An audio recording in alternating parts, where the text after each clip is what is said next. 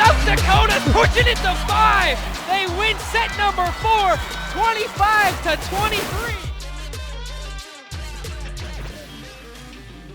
Hey Coyote fans, welcome into the Coyote Volleyball Show presented by Scooters Coffee. The Coyote Volleyball team had the weekend off, but a couple of big wins last week, reverse sweep fashion against South Dakota State and Omaha. Here to talk about it is head coach Leanne Williamson.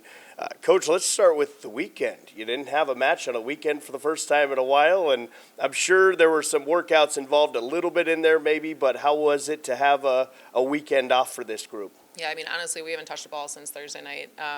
Did a team activity on Friday, and I think it was nice to just get out of the gym, spend some time together away from volleyball, which I think sometimes they can get lost of how important that is. And then the weekends, again, obviously for us coaches, we may have watched a little, may have keeping up with that, but we took some time off, and I think that was really important for both us as a staff and our players to be able to focus on them a little bit, rest, recover, get some family time in, some friend time in, whatever it may be, and then I feel optimistic that, again, we're going to be ready to kind of hit it hard again here starting today at practice. You always need that little recharge at some point during the season, especially after the stretch your team just had, the 4 matches in an 8-day stretch, and really had to dig deep to win last week at home. Start with Tuesday against South Dakota State. It seemed like early on they were getting all the big swings in the first couple of sets, and your team got into a rhythm in set number 3 and found a way in that match. Yeah, I mean, I don't think we've started as strong as we would like to see as coaches, but the nice thing is I think this team has responded and stayed pretty collected, through some of those moments. And the first set was kind of all them in a lot of ways. Their outsides were really good, and even into set 2, we had a lead. I think we had built a lead to maybe 15-9, and we felt at least pretty good with where we were at, but they came charging back. And again, one of their outsides had 20 kills in the first 2 sets, 8 in the first, 12 in the second.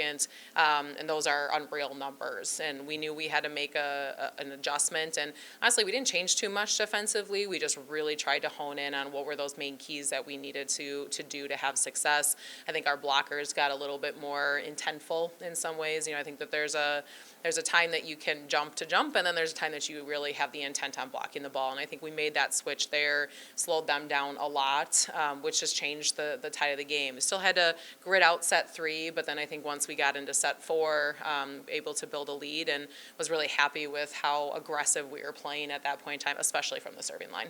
It didn't feel like there was much rhythm offensively in those first couple of sets. Is slowing them down? Did that help turn things around there? I do. I think that definitely made a difference. I mean, just that confidence piece that can play a role in it. But, Brooklyn went in on that Tuesday match, and I think she did a really good job as the match progressed. She looked a little nervous early on in that, which is to be expected, but got into more of just who she is, how she plays the game. And I think that did make a difference for us offensively. And again, defensively, we had to make some adjustments in order to win games moving forward, but I do think offensively we just got into more of a rhythm. We looked a little bit more comfortable as the match went on, which is exactly what we need to do. And can't be overstated or overlooked that, obviously with Avery unavailable in that match, and Brooklyn stepped in really, really effectively, but it is going to take a little bit to get that offense in rhythm. I mean, you get used to, again, on the court, what that looks like. And, I think we felt very confident in what that was going to look like, but actually doing it and seeing it and feeling it is a different thing. And she hasn't had a ton of minutes this year, but, again, she stepped in and did what we needed her to do. I think she got better as she went. She had a couple kills, which was huge for us, just opened some things up for us offensively with our attackers. And from the serving line, she was really, really good. And I think that was a huge key to our success. So really happy to see her do that at such a high level. And that's something that I would have expected from her. So I think she just solidified how good of a server she is. Dominant set number 4, and then set 5 was back and forth. Your team out to a lead. They rally. You end up winning that match. I think scored 7 of the final 9 maybe in that set to win the match. And very great atmosphere, I thought. Phenomenal. It was exciting. There were a lot of people here, and you could really feel the energy in the building. Oh yeah, 2,400 people here to not only watch the game but to be engaged, and that it makes a huge difference for us. We love playing in that atmosphere. We love the support that we get from our fans. When they started to go on a run, our fans got louder, and then obviously built off of it when we were able to score some points as well. So huge atmosphere. I think that match is it played out kind of exactly what I would have expected. Just a hard-fought battle between two good teams, and again, you add the rivalry in it, and it makes it really difficult, but that's kind of what we've come to expect from those matches. So I think after the fact, not shocked that it went the way it did, but obviously really happy that we were able to come out on top. You move on to Omaha, and obviously you knew this was going to be a difficult match. It's the final match of this stretch where everything's jam-packed together. It's a very good Omaha team. They get off to a fast start, and again, your team finds a way in set number 3 and says, well, let's just win the next 3, and they did it. Yeah, we don't need to get used to that, though. But, yeah, offensively, they were incredible in set 1. I mean, they hit over 600 as a team. That's an unreal number.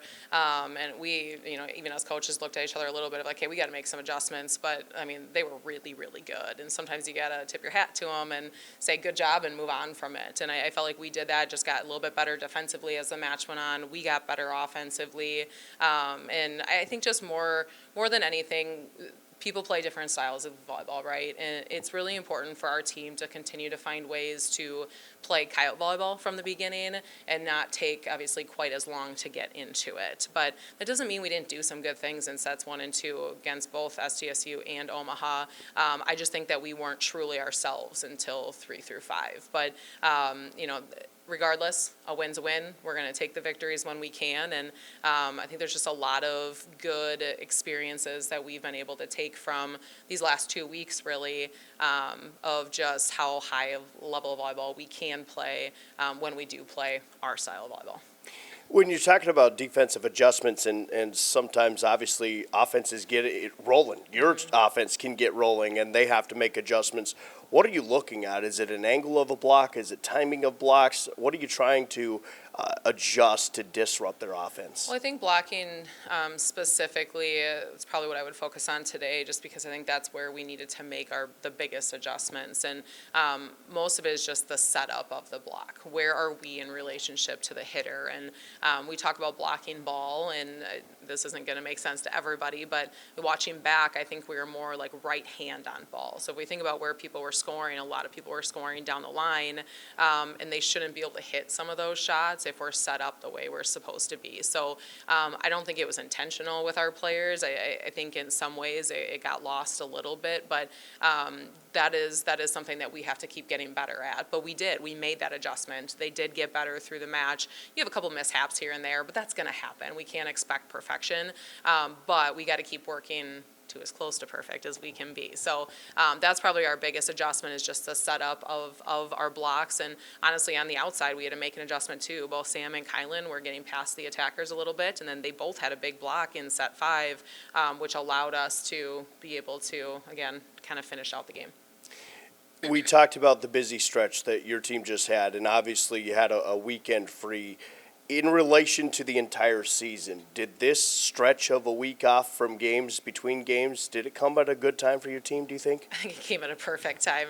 And you can't predict that. You can't predict where your team is going to be, how you're going to feel physically, mentally, emotionally. All of those things play a factor. But, I think we've worked through some things as a team in this last week and a half, and in the midst of a really tough stretch, of the 4 matches in 8 days. So, honestly, at the end of that 4th match, I think we just felt really good with, hey, we got better in these 2 weeks, even though we were pretty much having pregame practices. We weren't fully attacking those practices, making huge changes, and I still think we got better. And in some ways, I think we learned more about ourselves, mindset-wise than anything, which is a huge part of it for us. So this weekend was good. Like I said, we had practice scheduled for Friday. We just didn't think it was the right thing to do. And I think that 3-day stretch for some of them, not having to jump, not having to take a swing, physically was what was best for them. But I do think the mental aspect of it, of, again, get away from volleyball a little bit, and that balance is always been huge for us in our program,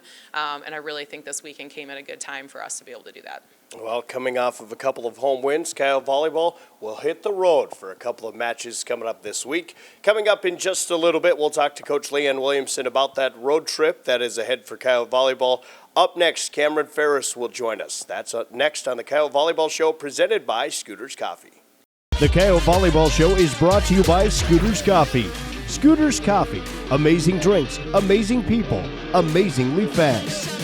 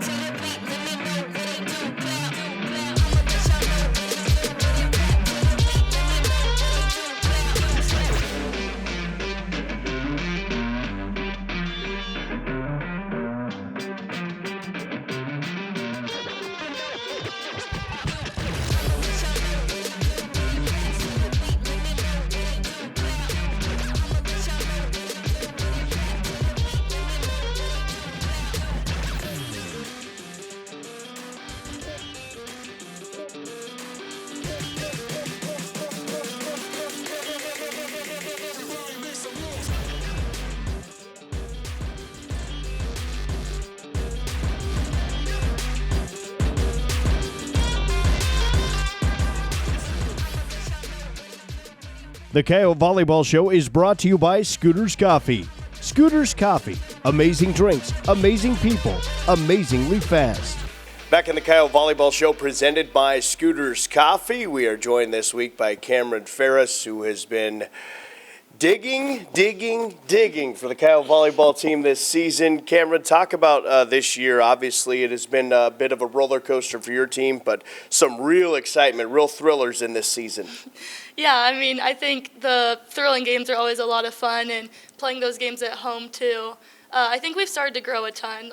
I think every game we've shown growth, and as the season goes on, I look forward to what the last month of this regular season looks like, because I think we're ready to make some stuff happen.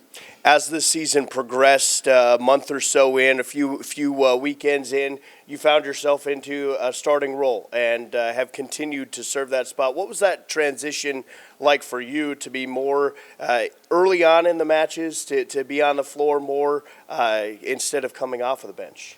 Yeah, I think at first it took time to get into it, and I think these last few weeks I've really found how I can be the best in this role and how I can make the team better as a whole. You had 30 digs against South Dakota State, which obviously is a great number. Describe that game, and obviously things weren't going well early, but then your team rallies for a reverse sweep. Take us through that match and just how fun that was with the atmosphere. Yeah, that match was a lot of fun. Obviously, a rivalry game is going to be fun, but starting out kind of slow, the first two sets didn't go our way, but after that, I don't think we looked back. I think the team as a whole, we just started to fight a little bit harder and brought that extra level to us, and from there on out, we kind of controlled the rest of the match. You had a couple of huge digs in that match, and that was a two-game stretch where you had 56 combined digs between the two matches, but you look at as you set up and the other team's getting ready to set up an attack. Take us through your mindset and kind of what you're looking for in a play. Yeah, I mean, I think I had a few games where I wasn't necessarily always in the right spot, so I think I kind of took a step back and was focusing on how I could make sure I was always in the right spot, and our coaches put us in the best spot they think we can be to dig the most balls, and I think focusing on that the last few games has helped me to another extreme. It's impossible to come up with every single dig because there are talented players on the other side. Sometimes you take one minor wrong step and it takes you a little bit out of the play. How do you move forward when you have a challenge, maybe an opportunity, you're not able to come up with it, maybe get yourself out of position? What's your mindset to move on and get ready for the next one?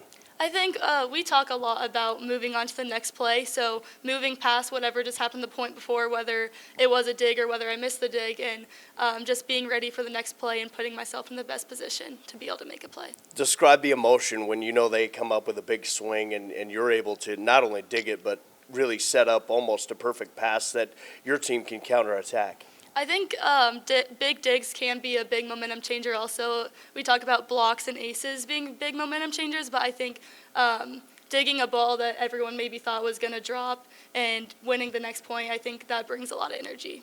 How much excitement is it when you get that big dig and then your team gets the kill? Obviously, there's always excitement from there, but I know you always feel like you were a big part of that.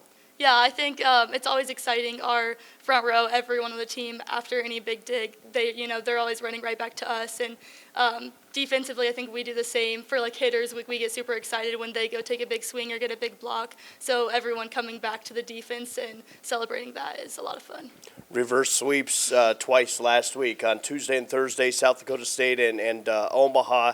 How nice was it to have a weekend off? It was nice. Those games, I mean, it was a lot, 10 sets in those couple of days, and then even going back to last week playing that Saturday other 5-set game. So finishing those out and finishing with both of those wins this past week at home, I think made the weekend super enjoyable.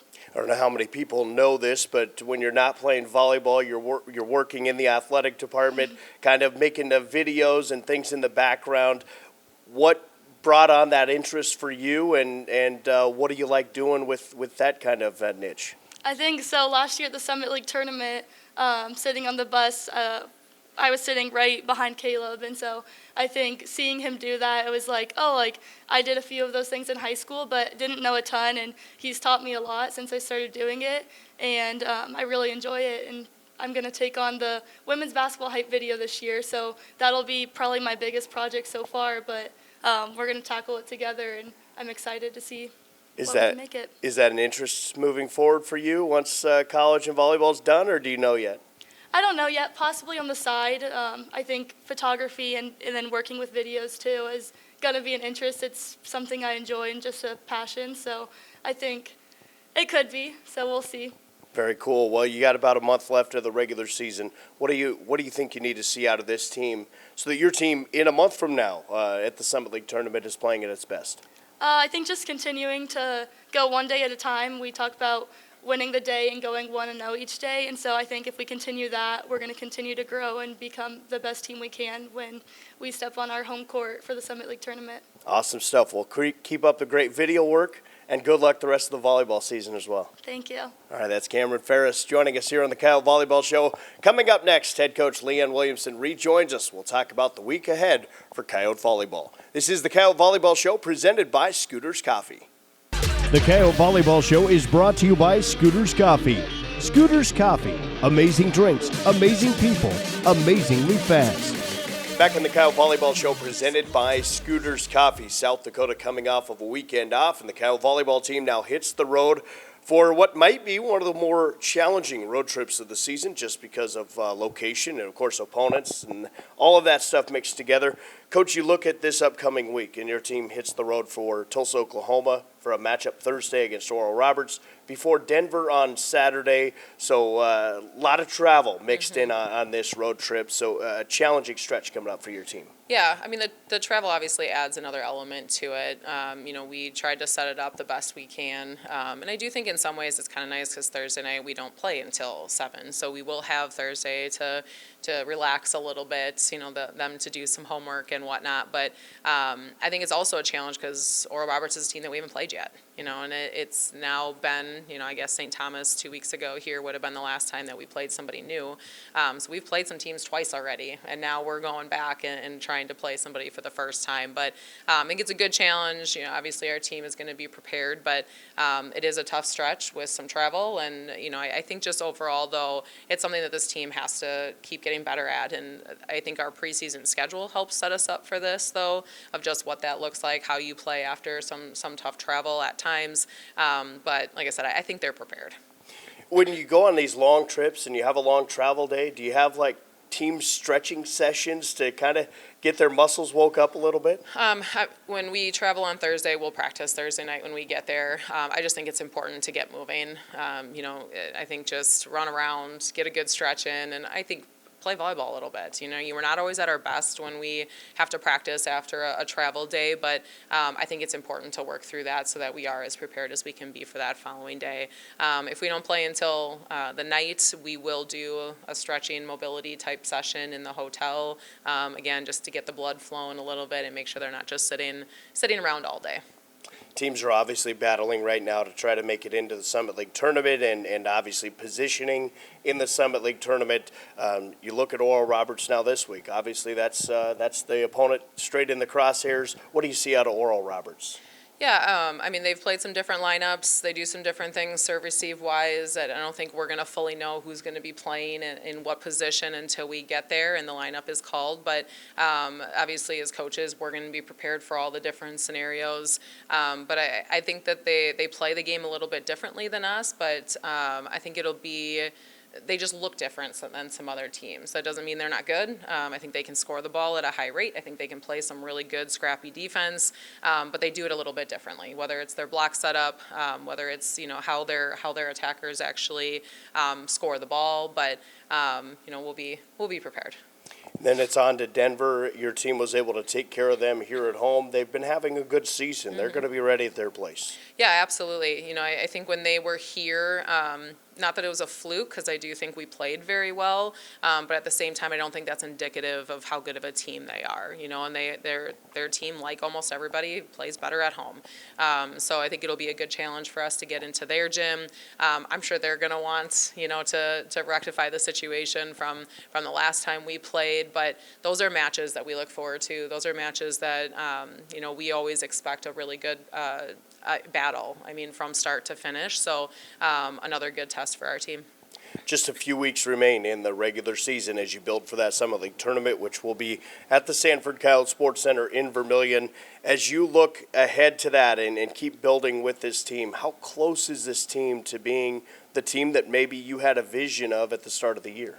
Well, John, first, I don't look ahead to that because we go 1-0. 1-0 each. We go 1-0. Right. But obviously, we all know what we're working towards. And, I think being able to play a couple opponents twice now has actually been kind of fun for me to be able to look back and say, hey, this is how we played the first time, watch that whole film, kind of figure out where we were really good, where we struggled, but then to be able to see us play the second time and watch that film back, we are a very different team. We continue to learn, we continue to get better, we continue to work on things off the court, and I think with that, this team is bought in to just being the best team they can be that day, So right now, we're not even going to talk about Oral Roberts yet today. We're going to focus on us. We're going to focus on winning the day today, and if we can keep doing that, we're going to be in the position that we want to come tournament time, regardless of, what our seed fully may be. But I feel like we're in a good spot. I feel like we keep getting better. And that's really what us as a program need to continue to buy into, as we have past years as well. But we need to keep doing that this year. Well, we'll look forward to seeing how things play out. Have a great road trip. Good luck this week. Travel safe, and we'll talk about hopefully a couple of wins next week. Thank you. All right, that's Leanne Williamson, the head coach of South Dakota Volleyball, and that wraps it up for us. Thanks to Coach Williamson and Kamryn Farris joining the show today. This has been the Coyote Volleyball Show presented by Scooters Coffee.